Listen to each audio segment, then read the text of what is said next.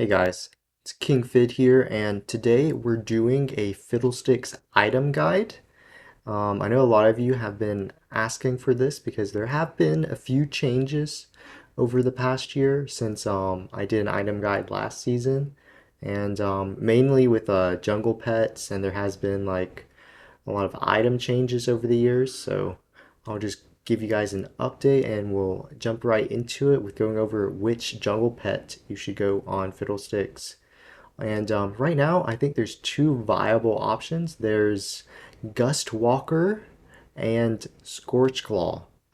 Now, I feel like most games you should actually go Gust Walker, especially in lower elos, I guess.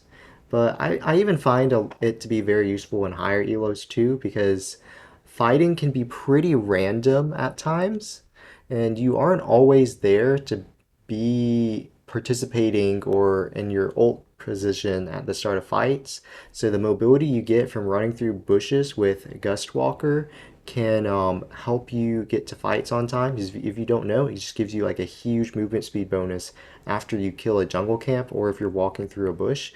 And this can really help you reposition for your ultimates. The other one is Scorch Claw. This one just gives you a tiny bit of damage and a slow on top of your like first instance of damage. It kind of gets stacks that build up over time as you kill monsters or move around, kind of like fleet footwork, kind of like that. And it does a little bit of bonus damage and slows people. If you're getting your fear off, the slow does get kind of wasted, and the damage is actually not that much. But there is a kind of a cool combo I've done a couple times where I have Scorch Claw, then I just use my Rocket Belt at someone, and they get slowed by my Rocket Belt, and I get to catch up to them and fear them.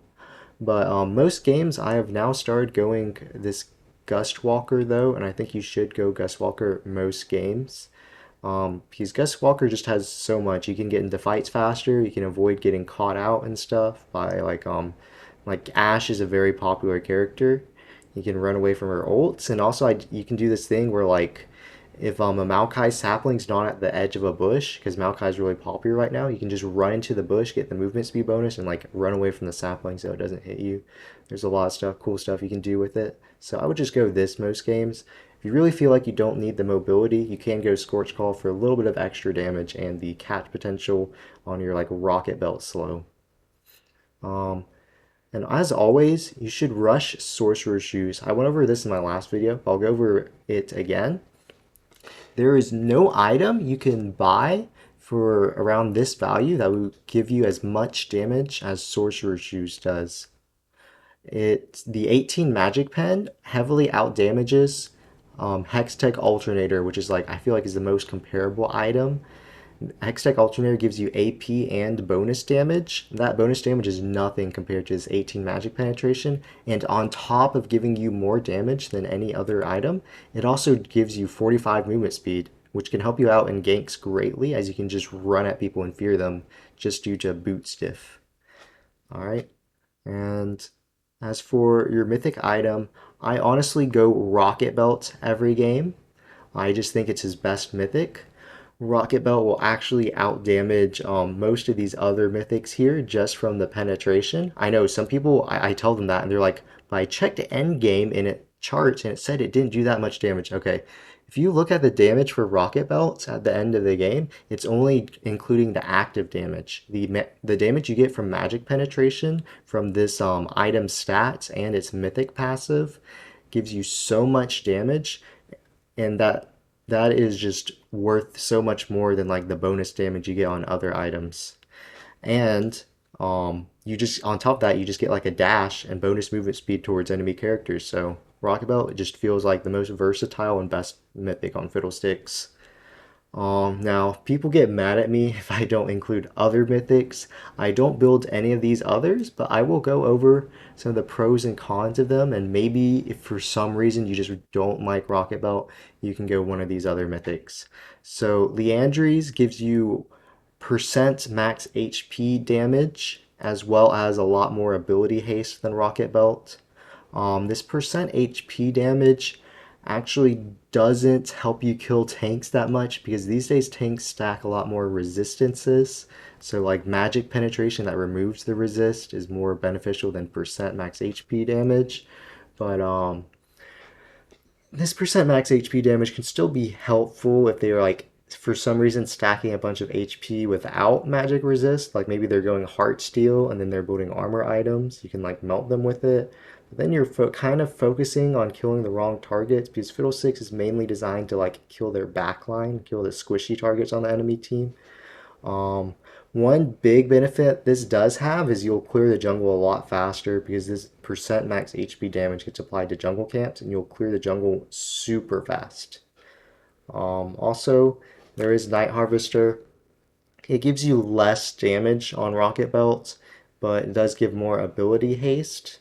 Um, I mean, if you're a noob to Fiddlesticks and you have a hard time using Rocket Belt, sometimes I just tell people maybe just start out with Night Harvester, get used to Fiddlesticks, and then start like adding Rocket Belt into his combos.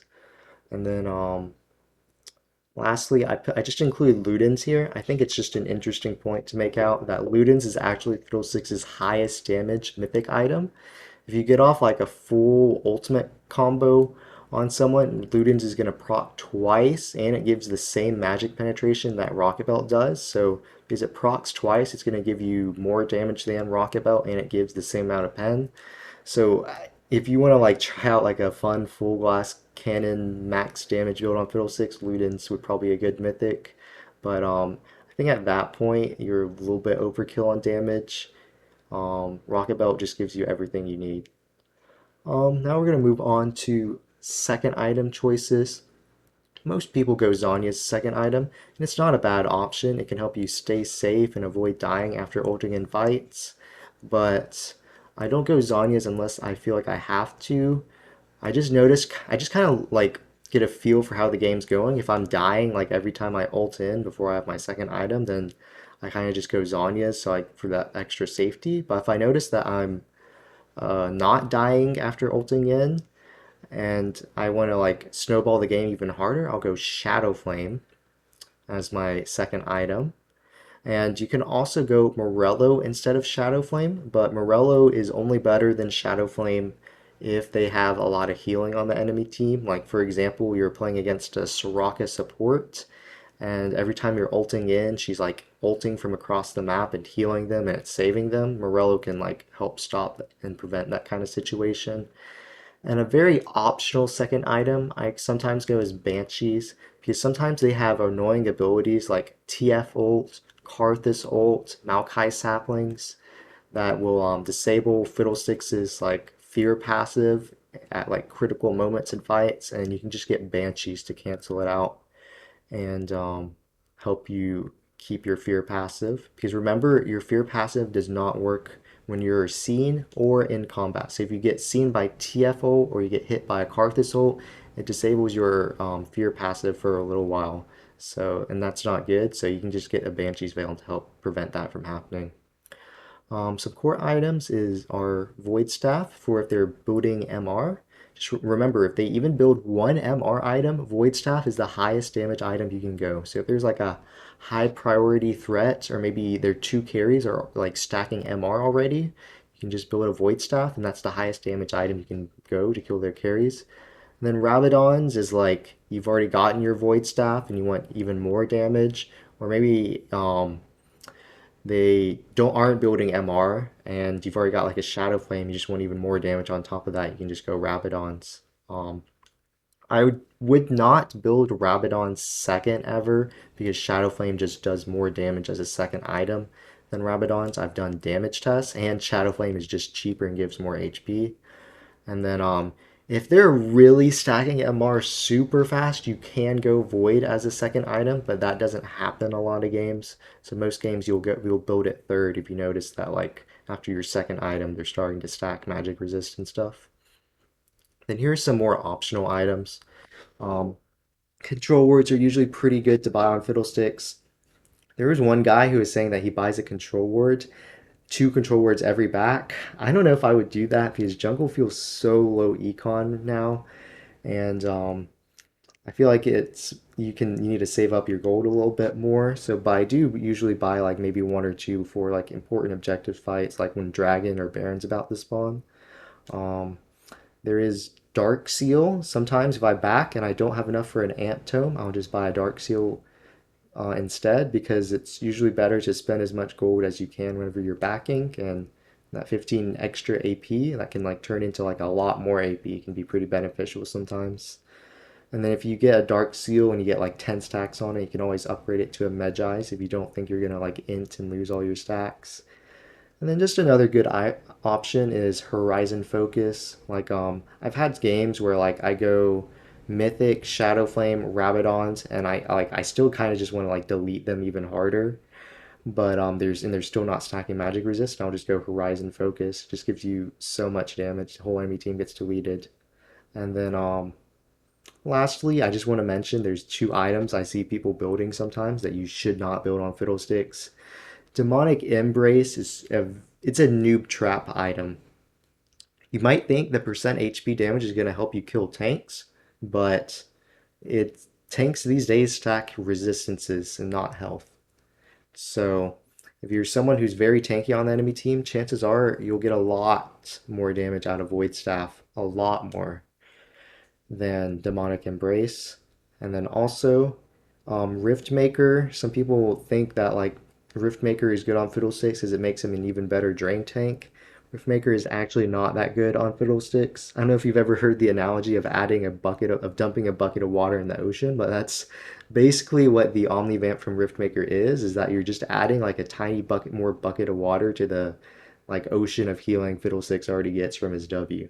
So when I've tried Riftmaker before, and it's just I didn't even notice the extra healing. It didn't even feel like it was doing anything. So yeah, I don't build these two items, and I also would not build tank Fiddlesticks. I know it might work in your silver elo games, but if you really want to climb and play Fiddlesticks top and higher elo, I would not recommend going tank Fiddlesticks. Anyways, I hope I didn't forget any items, but I think these are the items I build in most of my games. Hopefully this helps all of you guys out, and don't forget to like and subscribe, and have a great day.